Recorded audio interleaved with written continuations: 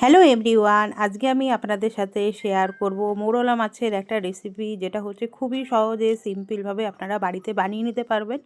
যেটা হচ্ছে একটা বাসনের মধ্যেই আপনারা সম্পূর্ণ রেসিপিটাকে তৈরি করে নিতে পারবেন। আমি সুমি, সবাইকে স্বাগত জানাচ্ছি আমার চ্যানেলে। আপনারা সবাই কেমন আছেন? আশা করছি আপনারা সবাই খুব ভালোই আছেন। তা চলুন, মোরলা মাছের রেসিপিটা আমি কিভাবে করেছি সম্পূর্ণ রেসিপিটা আমি এবার আপনাদের সাথে শেয়ার করব। তার জন্য দেখুন, আমি এখানে নিয়ে নিয়েছি হচ্ছে একটা আলু। আলুর পরিমাণটা আপনাদের প্রয়োজন অনুযায়ী বাড়াতে কমাতেও পারেন, বা কেউ যদি আলু পছন্দ না করেন সেক্ষেত্রে আলুটাকে স্কিপ করেও করতে হবে, কিন্তু আলু দিলে ভাল লাগবে, পরিমাণটাও বাড়বে, ওর জন্য আর কি আলু দিয়ে আমি করছি। আমি এখানে দেখুন একটা আলু নিয়েছি, আলুটাকে আমি লম্বা লম্বা করে কেটে নেব। যেরকম করে আমরা আলু ভাজার জন্য আলু কাটি ওরকম করে আমরা কেটে নেব লম্বা লম্বা করে। দেখুন আলুগুলো আমার কাটা হয়ে গেছে। এবার আমি এখানে একটা টমেটো নিয়েছি, আমি এখানে টমেটোটাকেও ভালো করে কেটে নেব। আমি টমেটোটা, আমার কাছে কাঁচা পাকা টমেটো ছিল, আমি সেটা দিয়েই করছি। আপনারা পাকা টমেটো দিয়েও কিন্তু করতে পারবেন, কোনো অসুবিধা নেই। এবার দেখুন টমেটোগুলোকেও এরকম পাতলা পাতলা করে স্লাইস করে কেটে নিচ্ছি। ফ্রেন্ড, আপনাদের কার কার মোরলা মাছ খেতে ভাল লাগে অবশ্যই আমাকে কমেন্ট করে জানাবেন। মোরলা মাছ কিন্তু আমাদের শরীরের জন্য খুবই উপকারী। যত ছোট মাছ খাওয়া যায় ততই আর কি স্বাস্থ্যের জন্য সেটা ভালো। তো অবশ্যই আপনারা আমার এই রেসিপিটা দেখে বাড়িতে একবার মোরলা মাছ এভাবে ট্রাই করে দেখবেন। আর খুবই সহজে হয়ে যাবে, কোনো বেশি বাসনও বেরাবে না। একটা বাসনের মধ্যেই আপনারা কিন্তু এই রেসিপিটাকে সম্পূর্ণ করে নিতে পারবেন। দেখুন টমেটোটা আমার কাটা হয়ে গেল।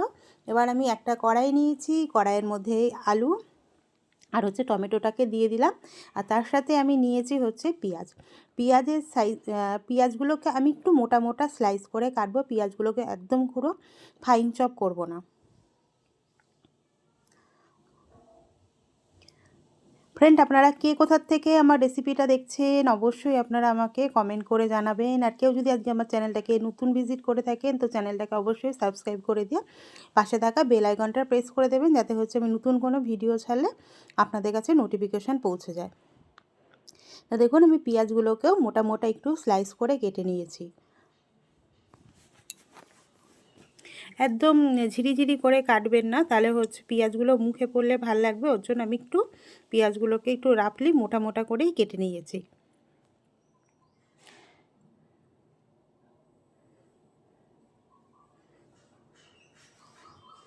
পেঁয়াজগুলো আমার কাটা হয়ে গেছে। এবার পেঁয়াজগুলোকেও আমি একটা ওই কড়াইটার মধ্যেই আর কি নিয়ে নিচ্ছি।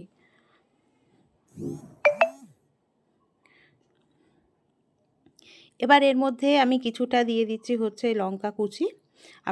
আমি লঙ্কা কুচিয়ে দিচ্ছি, আপনারা চাইলে লঙ্কা চেরা বা লঙ্কার পেস্টও এর মধ্যে দিতে পারেন, বা শুকনো লঙ্কার গুঁড়ো এটার মধ্যে আপনারা ইউজ করতে পারেন। দিয়ে এবার এগুলোকে দিয়ে ভালো করে একটু মেখে নেব।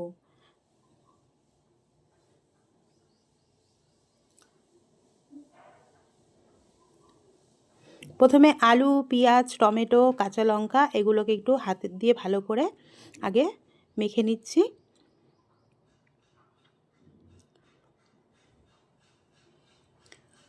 এরপরে এর মধ্যে আমি অ্যাড করে দেব মোরলা মাছগুলো। কেটে ধুয়ে পরিষ্কার করে রাখা মোরলা মাছ আমি এর মধ্যে অ্যাড করে দিলাম। এবার এর মধ্যে দিয়ে দিচ্ছি সরষের তেল। রান্নাটা সরষের তেলেই করবেন, সরষের তেলে রান্নাটা আর কি ভাল লাগবে। তার সাথে কিছুটা দিয়ে দিলাম কালো জিরে। তার সাথে দিয়ে দিলাম পরিমাণ মতন লবণ। তার সাথে এবার অ্যাড করে দেব হলুদের গুঁড়ো। আর কিছুটা আমি জিরের গুঁড়ো এর মধ্যে দিয়েছি। সামান্য ছোট 1 চামচেরও কম জিরের গুঁড়ো আমি এর মধ্যে দিয়েছি। আর তার সাথে কিছুটা দিয়ে দিলাম রসুন বাটা। দিয়ে এবার এগুলোকে একটু ভালো করে হালকা হাতে মেখে নেব। যেহেতু মোরলা মাছ খুবই নরম মাছ, ওর জন্য এগুলোকে মানে খুব চটকে রগড়ে মাখবো না, এগুলোকে হালকা হাতে ভালো করে মেখে নেব, যাতে একে অপরের গায়ে সব মশলাগুলো ভালো করে লেগে যায়। দেখুন আমার এগুলোকে ভালো করে মাখা হয়ে গেছে। এবার এগুলোকে আমি কিছুক্ষণ রেখে দেব। আপনারা চাইলে সাথে সাথেও করতে পারেন। আর এবার এর মধ্যে মেখে রাখার পরে হাত ধোয়া জলটা এর মধ্যে আমি কিছুটা অ্যাড করে দেবো, সামান্য জল, খুব বেশি জল দেব না। রেসিপিটা হচ্ছে গামাখামাখাই হবে। এবার এটা কড়াইটাকে নিয়ে গ্যাসের উপরে বসিয়ে দিয়ে গ্যাসের ফ্লেমটাকে লো করে এই রান্নাটাকে হতে দেবো। ঢাকা দিয়ে গ্যাসের ফ্লেমটাকে একদম লো রেখে দিয়ে এটাকে কিছুক্ষণ হতে দেব, মিনিট 5 মতন হতে দেব। হতে দিয়ে ঢাকনাটা তুলে একটা পাশ হয়ে গেলে এবার তুলে আর একটা পাশ হতে দেবো। আর হচ্ছে এটা তোলার সময় একটু খেয়াল রাখতে হবে, যেহেতু হচ্ছে মোরলা মাছ হচ্ছে খুবই নরম মাছ, ওর জন্য ভেঙে যেতে পারে। ওর জন্য এটাকে আমি হালকা হাতে মানে আলতো হাতে এটাকে তুলে এটাকে উল্টে পাল্টে দেবো, যাতে হচ্ছে সব দিকটাই ভালো করে একটু ভাজা ভাজা মতন হয়ে যায়।